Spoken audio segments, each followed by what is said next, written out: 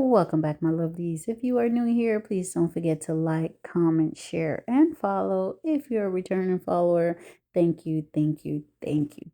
I know it's been a while since I posted these birria tacos, but hey, it's been freezing cold, and you guys know your girl is not about that life. I'm not about that life, people. I'm from an island, and yeah, we're not used to the cold. So yeah, I have been hibernating, okay? I have been hibernating. So we're going to jump right into it. You need some guajillo and some ancho chili. But I went to Walmart, and because they said a cold front was coming, this is all I found, some arbol chili. And they're going to have to do what it do and get the job done, because I don't know why these people buy not all the stuff in the store like it's the end of the world or something, or an apocalypse. But hey, you can't find nothing in the shop for one little cold front. But anywho, you want to make sure you take all the seeds out of these guajillo and arbol chili so it doesn't make the sauce spicy. Yes, these peppers have a spice to it, but once you take the seeds out, trust me, you're not even going to taste the spice at all. So you want to make sure they're completely seedless, even if you have to rip them open and take every last seed out of there, unless you're a person who likes spice. I use about 6 of the guajillo chili and about 5 of the little small ones. I'm gonna add lots and lots of garlic, it's up to you, as well as some onion. And I'm just gonna toast this up to let the flavors enhance and open up before adding this to a blender and blending this, okay? So again, we are making birria tacos. They are Mexican tacos that really, really, really, did I tell you guys they were really good? Okay, now you're going to learn how to make them at home. In my mixer, I have some seasoning up, all of my things I just toasted, all of my onions, garlic, peppers that I just toasted, as well as a little bit of white vinegar. And I'm just going to go ahead and add some beef broth to this just so everything can blend well. But like I was telling Nana, I don't know what's going on. They say it's going to rain for about 2 days. Boom. You go to Walmart, you go to Publix, it's nothing on the shelf.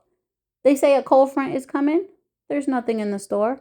Come on, people. It's not that serious. Leave some stuff. I mean, and I don't even know why all the ancho chilies were gone, because if it's supposed to be a cold front, what we doing inside with all this spice? Now I'm going to take my beef chuck roast. Yes, I'm using beef chuck roast for this. All I did was sprinkle some salt and black pepper, and I'm going to sear this on both sides to get the color, because I will be placing this in the oven for, you ready for this, people?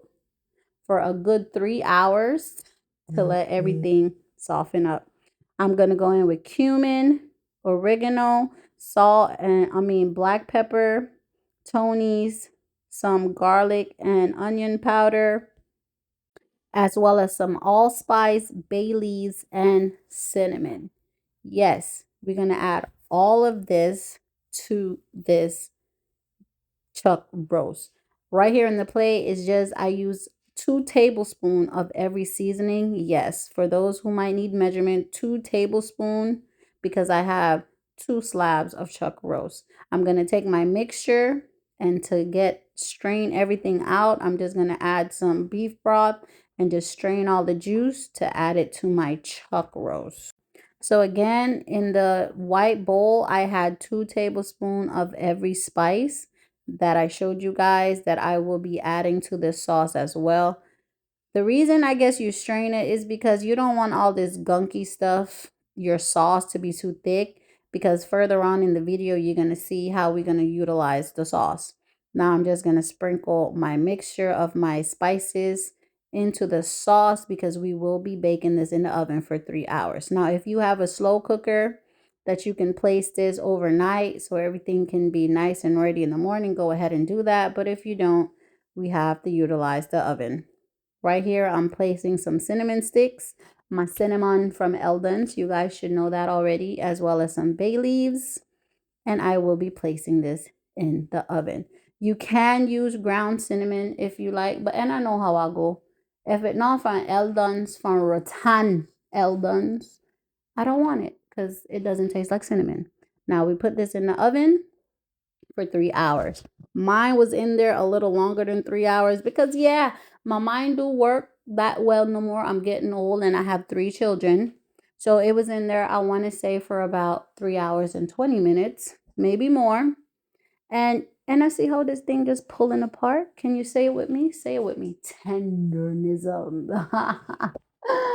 Oh my god, it's so cold that I feel like my brain is freezing. It freezing. But yes, after 3 hours and I see this chuck roast, you can just pull it. And like I said earlier, we didn't want all of that strain particles to be a part of the sauce. That's why we strain it, because we will be utilizing the sauce. You want to go ahead and take out your sauce in a separate pot or container, and you want to shred your meat because we will be utilizing the sauce to dip our tortillas.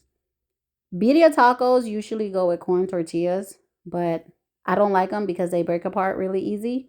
And my kids like flour. Duh, they're island kids. They like flour, people. Yes, they love flour.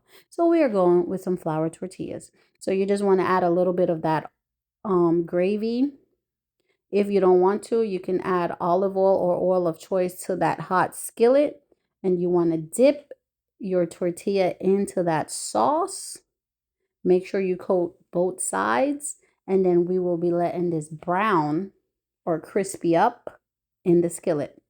After you do that, you're going to go ahead and take some meat as well as some, it's supposed to be mozzarella and provolone cheese. And I went to the store again and again.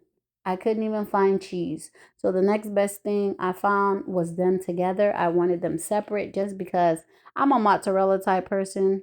I'm not really a provolone, but this is all I could find. So this is what we're using. You're going to add some cheese to this. At this stage, you can go ahead and add your onion if you like. My kids don't really like the onion, so for theirs, I did not put it.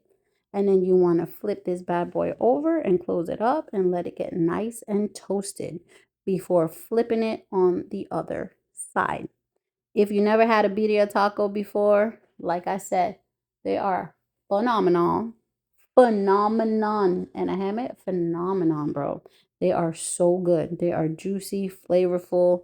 Give this recipe a try. If you don't want to give it a try, go out and buy some, give it a taste, and then come back and make some of your own. But these tacos are really, go ahead and continue to stay warm and support your girl. Drop a heart in the comment, and I'll see you guys later. Ciao.